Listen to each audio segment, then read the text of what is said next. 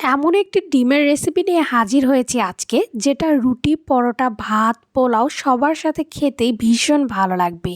দারুণ মজার এই ডিমের রেসিপি দেখার জন্য ভিডিওটিতে একটি লাইক দিয়ে সম্পূর্ণ ভিডিও দেখবেন। প্রথমে একটি কড়াইয়ে সামান্য পরিমাণ তেল দিয়ে দিয়েছি। তেলটা একটু গরম হয়ে গেলে এখানে 3টা ডিম দিয়ে দিলাম আর সামান্য পরিমাণ লবণ এখানে অ্যাড করে দিয়েছি।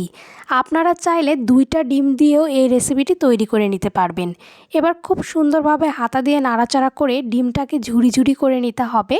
আমি যেভাবে তৈরি করছি এভাবে ডিমের ভুজিয়া বা ডিমের ঝুরি তৈরি করে নিতে হবে। এবার ডিমগুলো কড়াই থেকে উঠিয়ে নিলাম। এবার একই কড়াইয়ের ভিতরে আরও কিছুটা তেল অ্যাড করে দিয়েছি। এবার কয়টা গোটা জিরে আর 2টা পেঁয়াজ সুন্দরভাবে কুচি করে নিয়েছি, এগুলো এখানে অ্যাড করে দিতে হবে। খুব সুন্দরভাবে পেঁয়াজগুলোকে ভেজে নিতে হবে। এ পর্যায়ে এখানে অ্যাড করে দিব রসুন পেস্ট আর সামান্য পরিমাণ আদা পেস্ট। এবার এই আদা রসুনের পেস্টটাকেও খুব সুন্দরভাবে পেঁয়াজের সাথে ভেজে নিতে হবে, এতে করে আদার যে গন্ধটা রয়েছে সেটা চলে যাবে।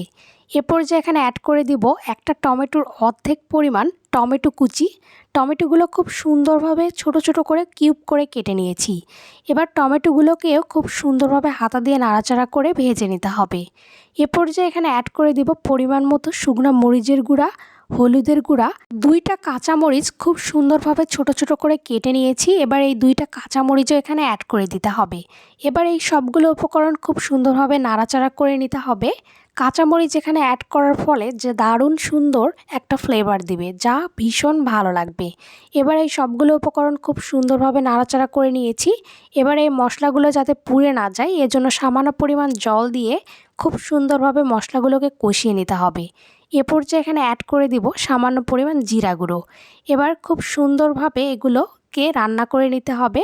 আর এখানে খুব সামান্য পরিমাণ জল অ্যাড করে দিয়েছি। এবার এখানে ডিমগুলো দিয়ে দিব। এবার আগে থেকে যে ডিমের ঝুড়ি তৈরি করে রেখেছিলাম সেই ডিমের ঝুড়িগুলো এখানে অ্যাড করে দিতে হবে। আপনারা এখনও যারা আমার চ্যানেলটি সাবস্ক্রাইব করেননি তারা প্লিজ চ্যানেলটি সাবস্ক্রাইব করে ফেলবেন। আমি ঘরোয়া রেসিপিগুলো অনেক সহজভাবে দিয়ে থাকি, আশা করি এই রেসিপিগুলো আপনাদের কাছে ভালো লাগে। এবার এখানে পরিমাণ মতো লবণ অ্যাড করে দিতে হবে।